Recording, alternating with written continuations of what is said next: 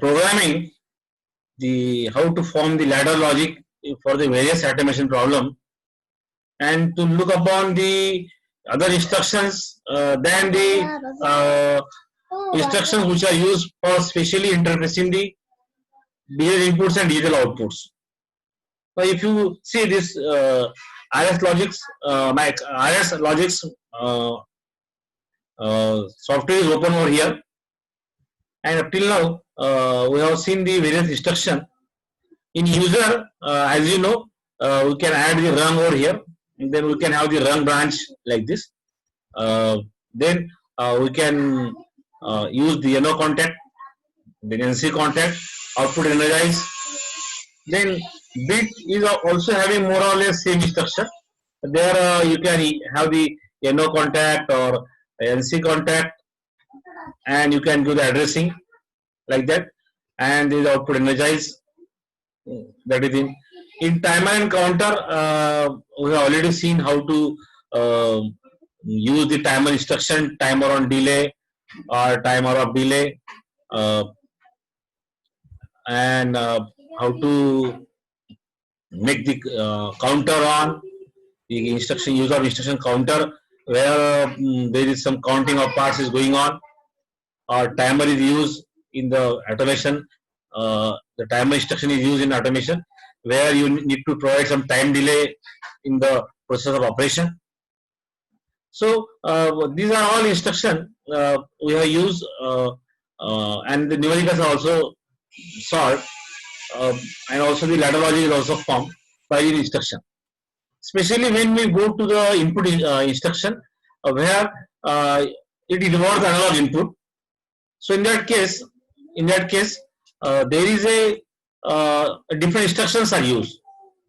So for analog instruction, what we have discussed yesterday, we have to use the instruction like compare, and next instructions toolbar. There is instruction. You can have some mathematical instruction. That what we want to learn today, where we can add, we can subtract, we can multiply, we can divide, we can square the input coming from that one. And next is the move instruction. In move instruction, so today we will see all how these instructions are used. For example, I want to use the analog data. So that analog input is connected to a PLC input number 0, let us say. Now in this case, we have discussed that the analog inputs like the inputs from RTD or pressure sensor or the level sensor or anything which continues storing in very useful time is called as analog input. So first of all, to interface the analog input, we have to connect the RTD or the pressure sensor output to a PLC input where the analog is mentioned. So first of all, you have to connect that hardware wire to analog input mentioned on your PLC. So your PLC must contain the input where the analog inputs are mentioned. Otherwise, some manufacturer for some purpose, for example, you are only having the automation on and off. So you will not purchase the PLC which is having analog PLC. One which we are having in laboratory is having the digital as well analog input. So first of all, you have to connect that analog input to particular terminal number. That terminal number 0, 1, 2, 3, 4 has to be mentioned. So I will first of all I will use the move instruction. So in move instruction, if you see here move, so I will fetch this instruction, and this is my move instruction. So what happened? I have doing the automation by using the move instruction, and the address of the move instruction from here, you have to go to the data file, then input file you have to go there. This is the binary input, means where DI is used. Now since we are using AI here, you have to convert it to decimal. So it will be like this now. Now, as you know that you are assuming that the RTD is connected to 0 number input analog. So same address we have to fetch over here and we have to put it here. Therefore, whatever input that is coming from RTD, we are fetching it by the instruction move. Now this input is to be stored in some destination. So for that purpose, I have to go to the integer file. I have to use the integer file, and I am storing this in destination NC70. So what I have done, I have used the move instruction where my data is stored in integer number, because as you know that analog input is converted into digital input by A to D converter in PLC. Then that PLC converts that number into some word. That word may be 8-bit word 001, 0120 or 110 depending upon the input. And afterwards, that is stored as an integer number. So that's why we have to store that particular value of input quantity into some integer number. Once you store that number into the integer, then you can use this integer address for number of automation. So next I will add one more rung. Then I will go to user. In user or in the bit I can go, and then I will add one more rung over here. Now in my automation problem, I have a problem that if my temperature is greater than less than 300, my heater should be off. You have a one oven. In that oven, one RTD is put. The RTD input is given to PLC. Heater is there. Some fluid is there. And in automation, you want to make the automation of oven in such a way that in case the temperature falls below the 300 degrees Celsius, then my heater should be on. So I have to go to the compare instruction. In compare, what is there? In compare, there is a limit. Then mass not equal to comparison, equal to, not equal to, less than. So in this case, I have to use less than instruction. So I will go here less than instruction. Then what I will do next? What is my source say? So I will fetch this same NC70 over here. My address. This address is storing some decimal number equivalent to particular temperature. As you know that PLC can only handle the input current from 4 milliampere to 20 milliampere. Therefore, you have to do the scaling of temperature in such a way that 4 milliampere is equal to 0 degree Celsius and 20 milliampere is equal to 500 degrees Celsius. So the maximum range of RTD is 0 to 500 degrees Celsius. And RTD will give current from 4 milliampere to 20 milliampere only, because PLC can only handle the currents in the form of 4 to 20 milliampere. Therefore, so it may happen that if the temperature is 300 degrees Celsius, so the RTD will give the current of 11 milliampere. Or if the temperature is 250 degrees Celsius, so RTD will give the 10 milliampere. That 10 milliampere will come over here.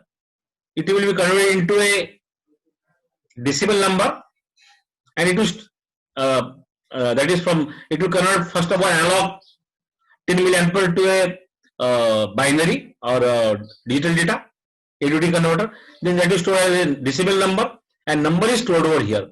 So we will get the decimal number equivalent to 10 milliampere, which is equivalent to 250 degrees Celsius. So whatever that number is there, that same number I am putting over here as my reference value. So my reference is how much? 250. What you written? That if the input is less than 250, my heater should be on. So I will go to user instruction. In user instruction, I will take this output energize, and this is my heater. So if I double enter, I can put it as a heater. And this source instruction, if I put it here, so for example, at any instant of time, here, suppose 300 is coming out here.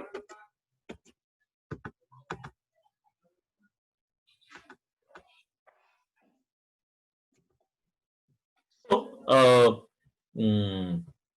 for here, you can put the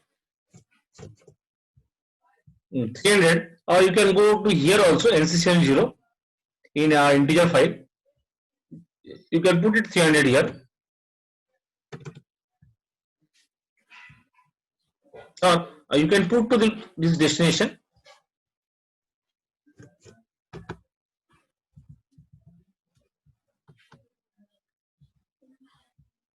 Here. So if I put it is 300,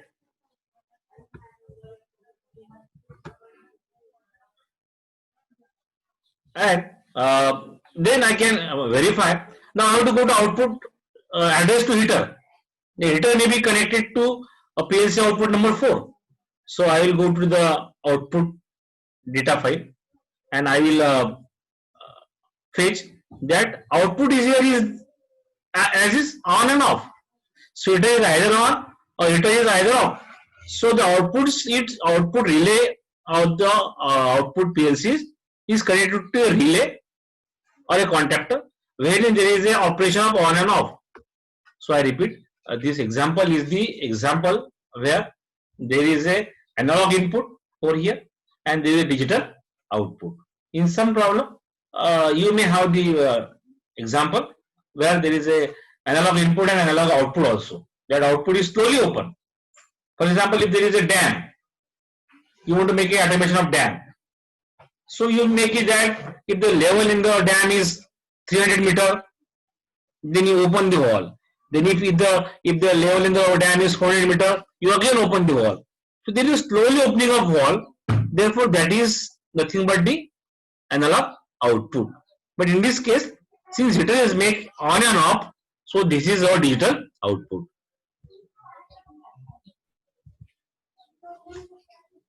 So I give here a value.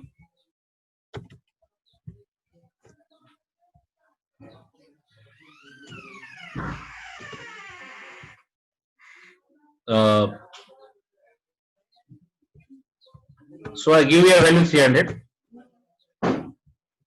and I've just verified. I verify it, and if I make it here 300 in my destination, and this is my source is I colon 0. I have to go to input file and I have to fetch this address. Now if you observe that the PLC is receiving the value equivalent to 300 degrees Celsius, and what is your condition? That if it is less than 250, then heater should be on. So since you are receiving 300, the heater will not be on. So you just verify the project, and if you download to emulator this instruction, and if you go online,